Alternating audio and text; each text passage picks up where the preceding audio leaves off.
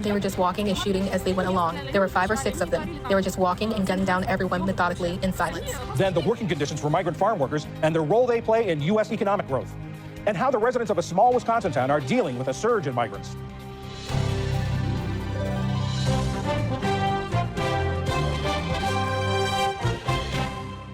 Major funding for PBS News Weekend has been provided by and with the ongoing support of these individuals and institutions. And friends of the NewsHour.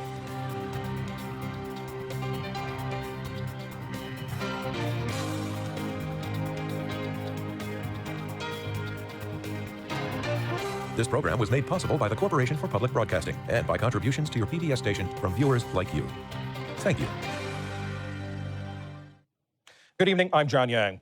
Russian President Vladimir Putin has vowed to punish those responsible for the terror attack on a suburban Moscow concert hall that killed at least 133 people and, according to Russian officials, left about 145 more wounded. It was one of the worst acts of terror in Russia in decades. Throughout Russia tonight, security has been beefed up, and in Moscow, people are remembering the dead and offering help to the wounded. Hundreds of people lined up in the rain this morning in Moscow to donate blood and plasma, giving what they can for the wounded from last night's carnage. Of course, I was shocked and felt fear and horror. I've been to a concert at Crocus myself, and when I saw those horrible videos, I was shocked and in tears, even now when I speak about it. It was very scary to see it all. A branch of the Islamic State based in Afghanistan claimed responsibility for the attack. It began with gunmen storming the hall, firing point blank at people who had gathered for a rock concert. Dave Primov was among the crowd. The shots were not sporadic. They were constant volleys of gunfire. We all got up and tried to move closer to the aisles. People began to panic, started to run, and collided with each other. Some fell down and others trampled on them. Witnesses said the attackers threw explosive devices that started a fire. This morning, a smoldering ruin was all that was left after the roof collapsed. Investigators combed through wreckage looking for bodies and evidence. In an address to the nation, Russian President Vladimir Putin said all the gunmen had been arrested. He never mentioned the ISIS claim of responsibility, instead linking Ukraine to the attack. Now, the main thing is to not let those behind this bloodbath commit new crimes. All 4 of the actual performers of the act of terror, all those who shot and killed people, were found and detained. They tried to hide and were moving in the direction of Ukraine. There, according to preliminary data, they had a crossing of the border prepared from the Ukrainian side. Putin provided no evidence to support his claim, and Kyiv denied any involvement. U.S. intelligence said they had warned Russian officials of a planned ISIS attack in Moscow. Outside the ruins of the concert hall today, people left flowers at a makeshift memorial. Among them, concert-goer Anastasia Rodinova, who says she feels lucky to be alive. They were just walking and shooting as they went along, gunning down everyone methodically in silence. You understand only now that you are lucky, really lucky. I came home, my coat was just covered in blood. Apparently someone shielded me. Putin declared tomorrow a national day of mourning as the search goes on for answers about the brutal attack. Journalist Michael Weiss is the editor of The Insider, an independent news outlet covering Russia. He's also co-author of ISIS, Inside the Army of Terror. Michael, what do we know about ISIS-K, this branch of ISIS that's claimed responsibility? So ISIS-K is established in Afghanistan, and they're ranged against a host of other jihadi actors, including the Taliban, Al-Qaeda, and they've been angling to hit Russia for quite a while. If you look at their communiques and their propaganda, they revile Vladimir Putin, one of the reasons being that Russia maintains a partnership with the Taliban, their sworn enemy. The United States has fairly good intelligence on their capability and their motivation, because we occupied Afghanistan for more than 20 years. And clearly, our departure has not really interfered with the ability to collect signals intelligence, which is why I believe the United States passed along to Moscow a little less than a month ago. On March 7th, you'll recall the U.S. Embassy put out a notice advising people to stay away from public events for the next 48 hours. And that, indeed, according to reporting, was tied to a credible ISIS-K threat planned for Russia. And according to reporting, they also passed along that information to the Russians. Why did Russian security miss this? Well, we don't know that they did. I mean, it's always possible that some guys can slip through, or that the intelligence was not specific enough to identify the time, place, and the kind of culprits that would be behind it. But look, I mean, it's no mystery that Russia's security and military resources are predominantly poured into the war of conquest in Ukraine. And also at the domestic level, there's a huge crackdown on dissent. People arrested at Alexei Navalny's funeral a few weeks ago.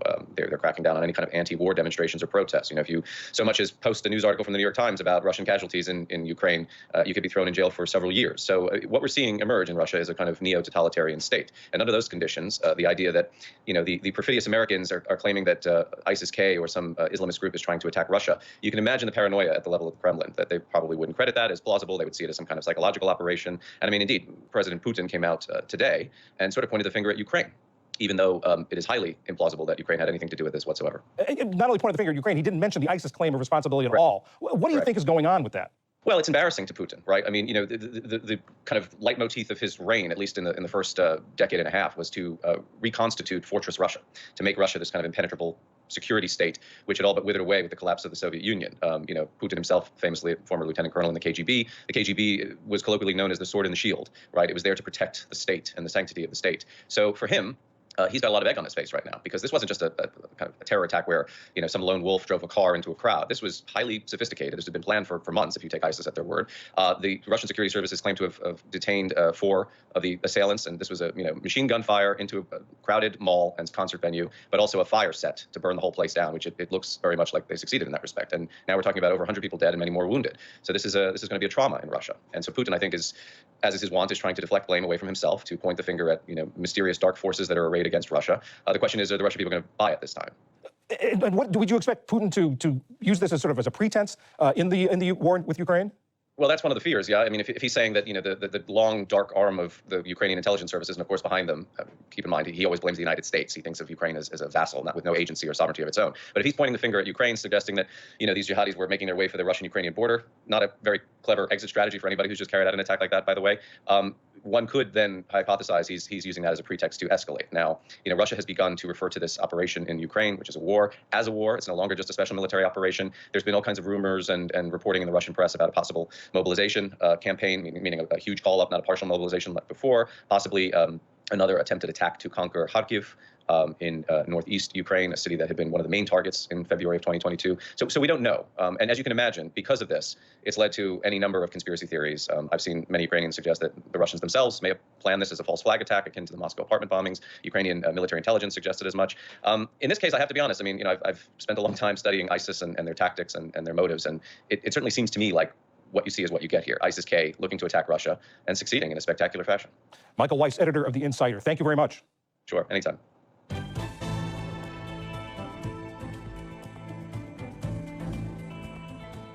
President Biden signed a $1.2 trillion spending bill to fund more than half the federal government through the end of the current budget year on September 30th.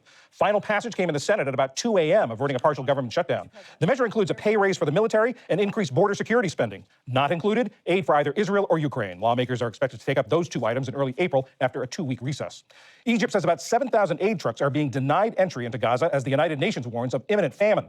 On the Egyptian side of the Rafah border crossing, UN Secretary General Antonio Guterres said blocking the aid deliveries is a moral outrage. He said it was time to truly flood Gaza with aid, as he put it, and called for an immediate ceasefire.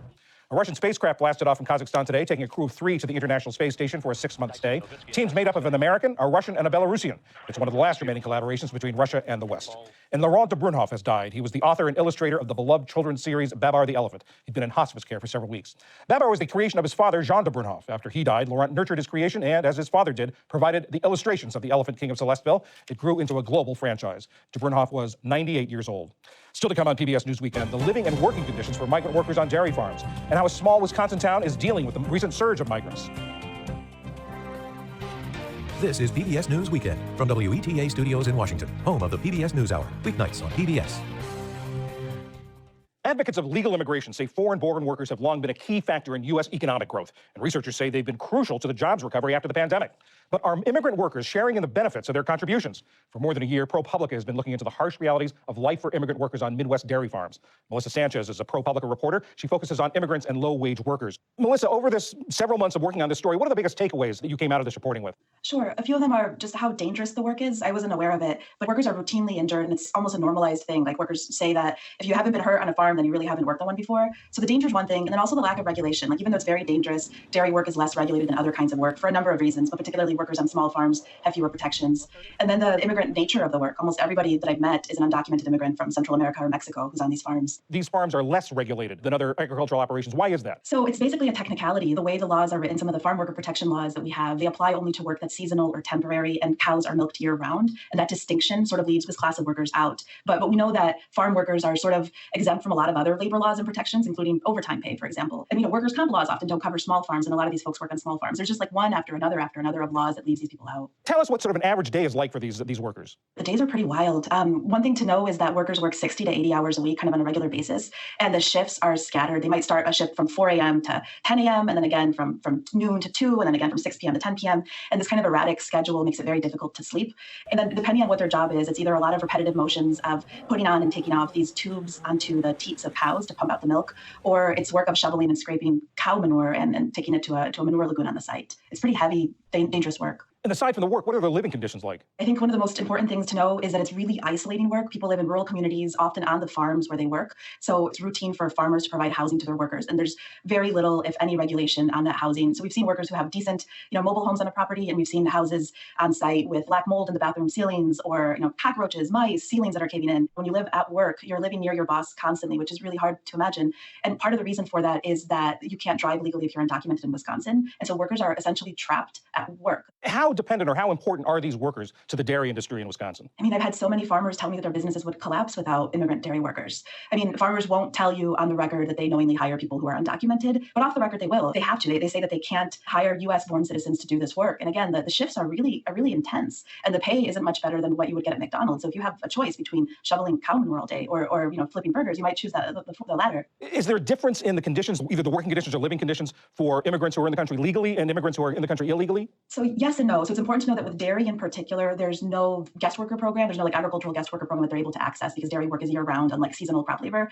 And so other kinds of agricultural work does often and increasingly rely on legal immigrant guest workers. Their conditions, it's hard to say whether it's significantly better, but there are some more regulations and standards for that category of work, and then the housing, et cetera. We've interviewed easily 130, 140 workers over the past year and a half, all but 3 or 4 were undocumented immigrants. I know you asked some of the people you talked to reach out to you using a messaging app and leave some messages about this. We've translated them into English. Let's listen to 2 of them. How was my experience working as an undocumented migrant in a dairy farm? The truth is it has been one of the most difficult work experiences of my life. It wasn't because of the work itself, but because of the way my boss would address me, with insults and lack of respect. He would do this knowing that as undocumented, we always fear asking for help because of our migrant status. It was very difficult to work for this person. I believe that in all my working years, this has been the most difficult, and I hope that it doesn't happen again, because it really lowers your self-esteem. The reality of being a migrant is very complicated, because the fact that we are in this country illegally, there are many things we have to be silent about. I think that the fear all migrants have is to be quiet, even if we for some reason decide to complain that some things are not right. Sometimes it can be about where we live or how bad the pay is, but we're still migrants, and it's best if we're quiet and don't complain. How representative or how typical are these messages to what you heard in your reporting? It's just extremely typical. I mean, a lot of workers feel that they're treated like less than human from their employers, but they can't really do anything about it because of their immigration status. It's really hard for people like that to speak up, to be willing to use their name. They're afraid of getting fired, getting evicted, getting deported, and they're just real and present fears for these folks. Did you ask the farmers or the people who run these farms about these conditions, and what was their response? Yeah, we talked to maybe a dozen or so farmers over the past year and a half, and it's hard. They're in a tight spot financially. They can't control the price of milk, and they don't always know what they're going to make. And a lot of farms, as you know, go into bankruptcy each year. So they're not really required to do a whole lot. There's just not a lot of regulations for them. So a lot of them believe that they're doing the best they can for their workers. But when it comes to things like injuries, we've heard farmers kind of blame workers for their own problems, including their own deaths on the farm. And because there's little oversight, they're just not held accountable. Melissa Sanchez of ProPublica, thanks very much for sharing your reporting with us. Thank you for having me.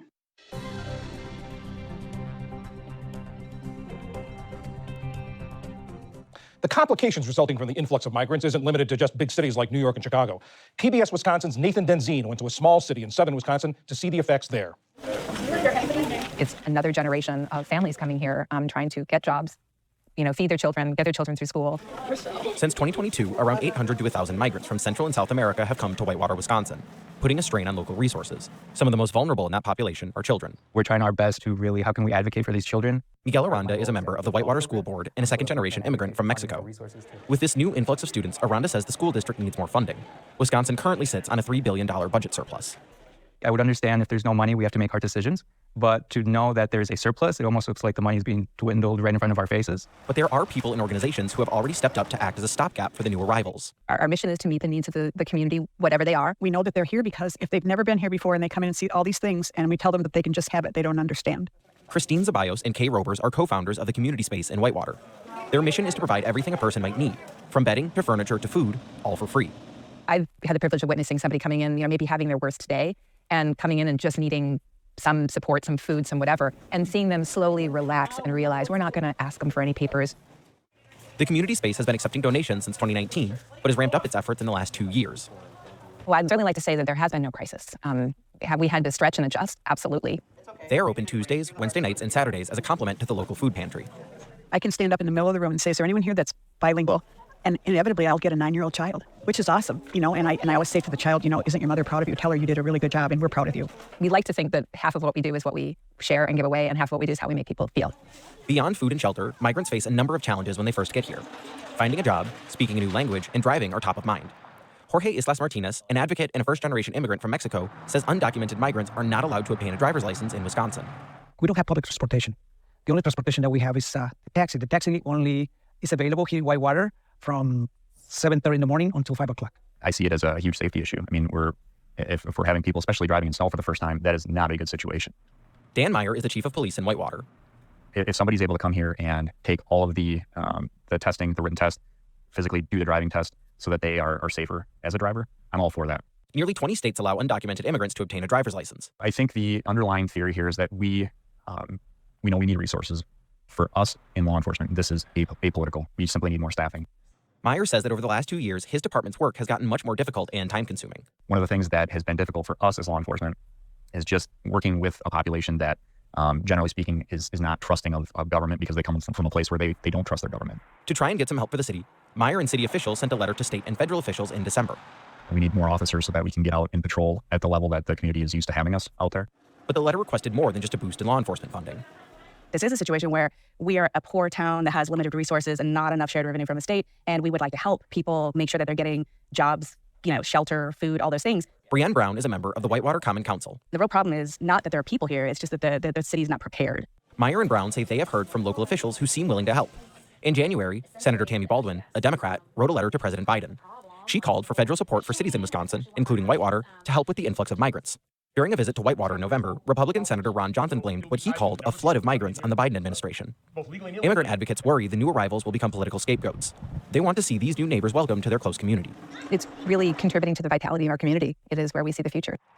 For PBS News Weekend, I'm Nathan Denzine in Whitewater, Wisconsin.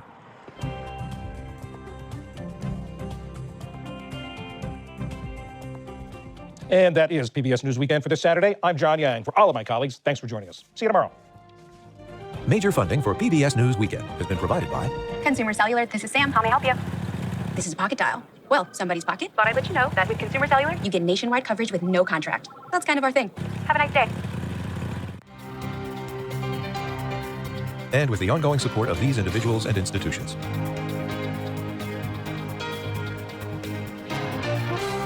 This program was made possible by the Corporation for Public Broadcasting and by contributions to your PBS station from viewers like you.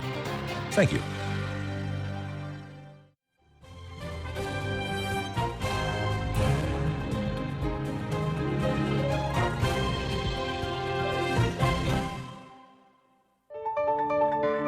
You're watching PBS.